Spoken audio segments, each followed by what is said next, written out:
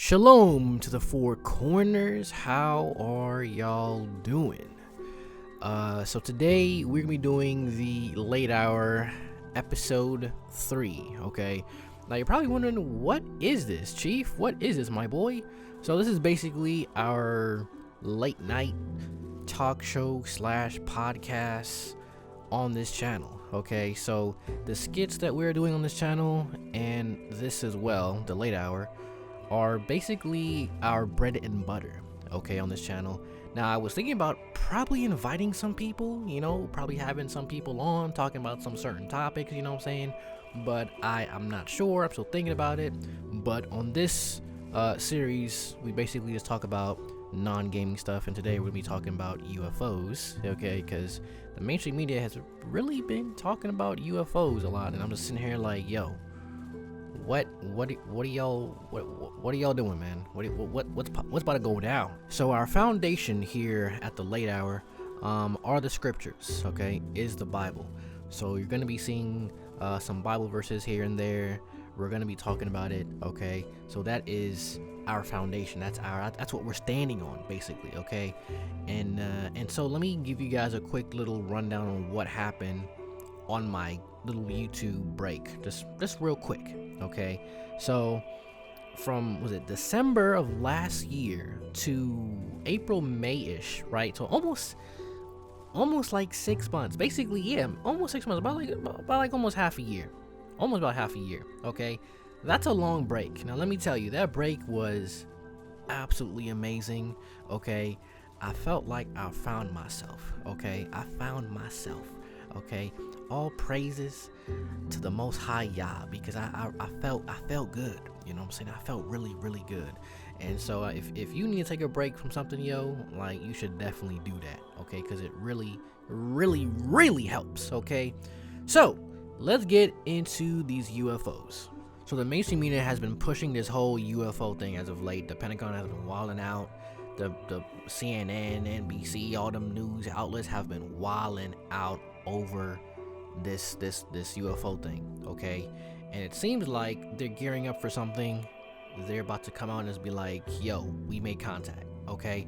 I remember a while back, actually, Ronald Reagan actually said that the only way for us to unite was if an outside source attacked us or something.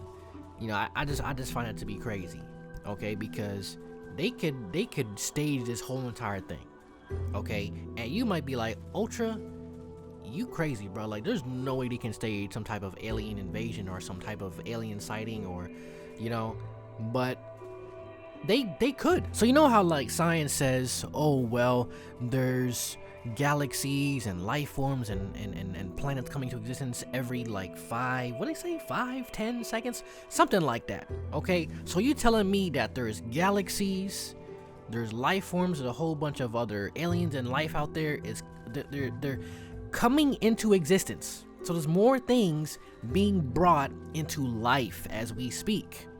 Now, if you look at the scripture, right, the Bible here, the word of Yah here, that doesn't really make any sense if we really look at the Genesis account, okay? So let me just get a verse real quick in Genesis. All right, so this is Bereshith chapter 2 verse 2. That's the Genesis, by the way. And the 7th day Elohim completed his work. This is the ISR version, by the way. He completed his work which he had done, and he rested on the 7th day from all his work which he had done. So basically, it took 6 days to create everything, okay? And then on the 7th day, he rested. So basically, at that point in time, creation is already done, okay? There isn't any more stuff coming into existence, okay? So science and the Bible here is they're knocking heads here, okay? They're completely against each other because it doesn't add up at all whatsoever. Now, at the end of the day, you have to figure out what you believe, okay? If you want to believe science or if you want to believe the Bible, okay? The word of Yah, okay? Which is Yeshua HaMashiach, okay? Let me show. I felt like I was about to like rap there for a second, but I don't know. Like I was about to drop like some bars. Anyway, so let me read a article from CNN here. Okay. The U.S. government's acknowledgement that UFOs are real undoubtedly begs a question. Are we alone? 𝐷𝐿, okay, the former head of a classified DoD program to research potential UFOs, told CNN in 2017 that he personally believes there is very compelling evidence that we may not be alone. These aircraft, we'll call them aircraft, are displaying characteristics that are not currently within the U.S. inventory nor in any foreign inventory that we are aware of. Elizondo said of objects they researched, he says he resigned from the Defense Department in 2017 in protest over the secrecy surrounding the program and the internal opposition to funding it. But in reality, interest in the Pentagon's handling of the reported unidentified flying objects has more to do with ensuring any potential national security implications are being taken seriously, whether they are of this world or not. Bruh. So let's say, for example, the Earth was enclosed. So there was no way anyone could leave Earth or get inside of Earth. Okay? So if they said aliens were real, would y'all believe it? Well, you can't, because if there's no way to get into Earth or leave Earth, then there couldn't be any like outside like source or you know, outside life forms, right? So I don't know, man. I mean, that's an example, you know. But anyways, what are aliens though, if they not real? Now, the only explanation, honestly, for me, are demons. Now you're probably wondering, you crazy. Now listen, listen. I understand you. I completely understand you. Okay. Now, in the Bible, okay, if you know about Noah's Ark, right? So before Noah's Ark happened, before like the big flood, right? There were these giants called the Nephilim, right? And they were basically like a mixture of a fallen angel and a human. And so these dudes were huge. They were massive. Okay. And they basically, yeah, they were basically a walking abomination. Okay. And so when the flood came and took them out, their souls, apparently after the flood, they were still walking around the earth. So their souls are still here moving around. Like, just think about that. Like, let that just sink in. Now, what if someone was able to get a physical body or a physical host for these souls? Okay, you know what? Let's just relax. Let's relax. Maybe that's a bit too crazy. Maybe it's not. You know what? Anyway, there's actually actual evidence of giant skeletons. So let's go ahead and check that out. On July 14th, 1916, the New York Times published an article entitled "Scientists Unearth Relics of Indians Who Lived Over 700 Years Ago." And I quote, Professor A.B. Skinner of the American Indian Museum, Professor W.K. Moorhead of the Philip Andover Academy, and Dr. George Donahue, Pennsylvania State Historian, who have been conducting research along the Susquehanna, have uncovered an Indian mound at Tioga Point, on the upper portion of the Queen Earth Flats, on what is known as the Murray Farm, a short distance from Sciery, Pennsylvania, which promises to add rich additions to Indian lore. In the mound uncovered were found the bones of 68 men who were believed to be buried 700 years ago. The average height of these men was 7 feet tall, while many were much taller. Further evidence of their gigantic size was found in large celts or axes hewed from stone and buried in the grave. On some of the skulls, 2 inches above the perfectly formed foreheads, were protuberances of bone. Members of the expedition say that this is the first discovery of its kind on record and a valuable contribution to the history of the early races. The skull and a few of the bones found in the grave were sent to the American Indian Museum. So what the New York Times is telling us is that archaeologists found a colony of giants, some of which had horns on their head, and a collection of giant tools and weapons that no ordinary person could wield. As you can imagine, this article rippled through the scientific community like a tidal wave, and panic set in. This forced Professor A.B. Skinner, who was one of the main archaeologists conducting the dig, to write to the New York Times and say that they were mistaken and that there were no horned skulls found. He later wrote this in his book, and I quote, "In an ingenious fashion by its owner, it was not 3/4 of a yard like those Captain Smith admired, which were evidently effigy pipes, as he said. They had a bird or deer or some such device on the great end, and sufficient to beat out one's brains. While the writer was present, one of the men working in the grave exclaimed, 'There are horns over its head.' Mr. Skinner said that it indicated chieftainship. Later, this was found to be a bundle burial, completely covered with Virginia deer antlers. A passing visitor, however, heard the explanation and attempted to verify by interrogating a fun-loving Maine woman, and a story was printed coast to coast that one or more skulls had been found with horns growing on its forehead." End quote. So his explanation is that they were deer antlers, and the New York Times only wrote the article after hearing someone yell out, "They have horns"? Interesting. Let's see if we can find any more reports of horned skulls found during excavations in early America. As it turns out, this is not the only report of giant skeletons and horned skulls. Reports are numerous, and they date back to the 1800s and span all across America. Taken from the Hawking Sentinel, April 28, 1898, Toledo, Ohio. 3 giant skeletons, quote, "Workmen in the employ of the Ferguson Construction Company excavating for the Toledo and Ottawa Beach Railroad, a little beyond the city limits of Toledo, Ohio, unearthed 3 giant skeletons, evidently relics of some great race, as they were about 7 feet in length, and just where the ears should be, on the head, are singular bony protuberances which curl forward.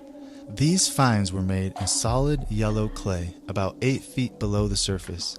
The cut is through a large mound, not half of which has been torn up yet. Several stone tomahawks of large size have been picked up in locality." End quote.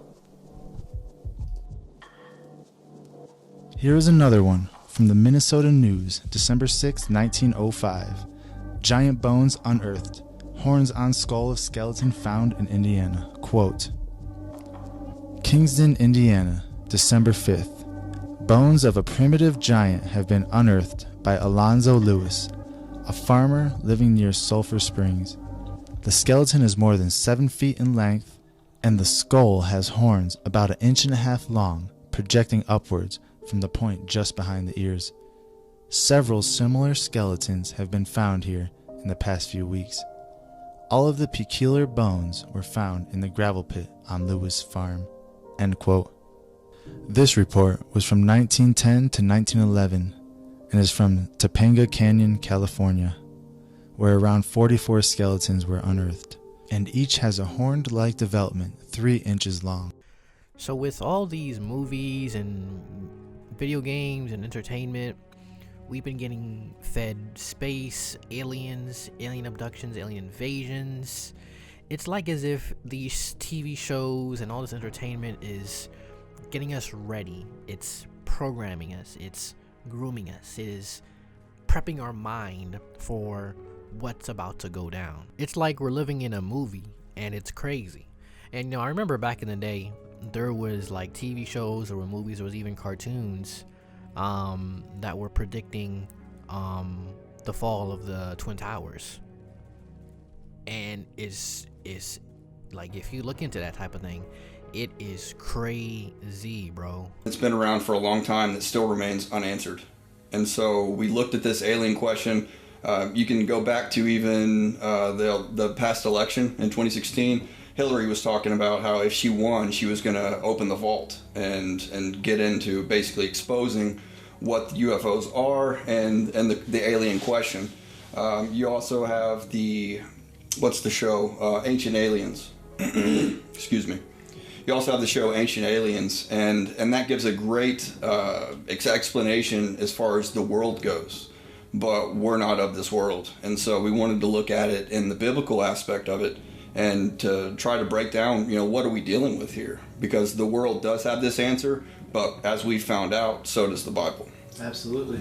So what are we dealing with? Are they fallen angels? Are they space aliens? Are they physical beings from other planets? Or are they something from a different dimension? Good question. I'll go back to the quote from Aleister Crowley. We mentioned this in the film. But he says that today we're calling them angels and demons. Tomorrow we'll call them something else. So we could, in the world standards, we can call them aliens. In the world standards, we can call them ascended masters, light beings, give them a name. But scripturally, I'll go back to the same beings that were depicted in Genesis 6, but even more so, fine-tuning it to the Table of Nations. What happened at Babel was God, he disinherited the nations, and he accounted them, he allotted them to the number of the sons of God. Was that 70 or 72? Yes, 70 I believe it was. Okay. 70, I think it depends on the translation. But what that says is that, these are the gods of the nations. These are the ones who have been worshipped throughout time. These are the ones of the nations who they set up the groves and the high places and offered sacrifices to them.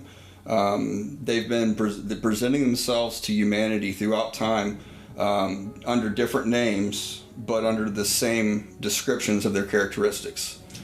So when you look at it in those kind of terms, and to also answer your question about are they otherworldly or interdimensional, through the document 6751, we did find that back in the 40s even, they were saying that they were interdimensional beings. Wow. So that will parallel with what Scripture has to say of fallen angels. There's something else to consider. I talk a lot about the wheat and the tares.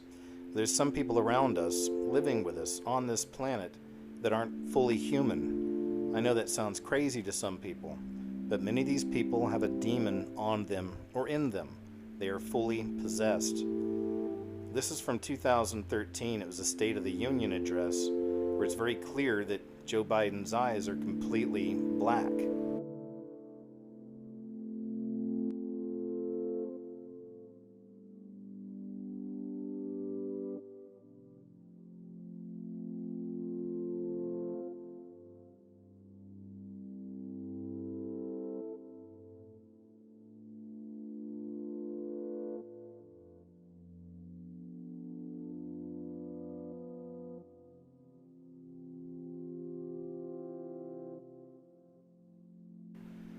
And now here's Kamala Harris. Here's a story that went fairly viral. People were talking about if she had some kind of plastic surgery because she looks so drastically different between these dates right here. And certainly she does. It looks like her cheekbones are different, looks like her skin's been lightened, but what people weren't talking about is how her eyes were completely blackened. This happened during an interview she did with Al Sharpton, and during the interview, for most of it, her eyes were just like this, completely black. Even with the side-by-side comparison, you clearly see a difference in the eyes.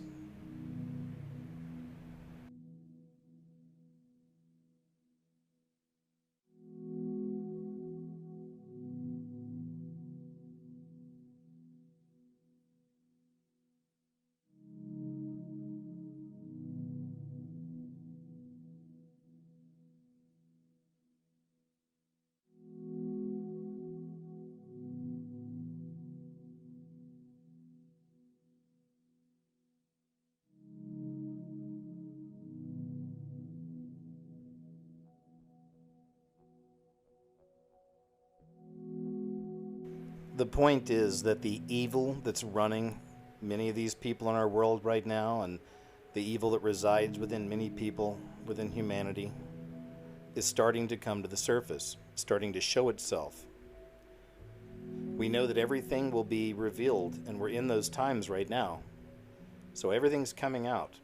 Well, that's going to be it for this late hour. I think we're almost at 20 minutes, so we've been going on for almost almost. That's almost half an hour, slightly, almost. But I should have said that at the beginning of the video. But if these type of videos do not interest you, if you don't want to hear these type of things, then you don't have to watch them. You can always just, click back, and yeah, but yeah, tell me what you guys think, and yeah, man, I will see you guys in the next late hour. And I'm not sure when I'm gonna do the next late hour, just whenever I have some topics to talk about. That's when the next late hour will begin. So thank you for watching, and shalom.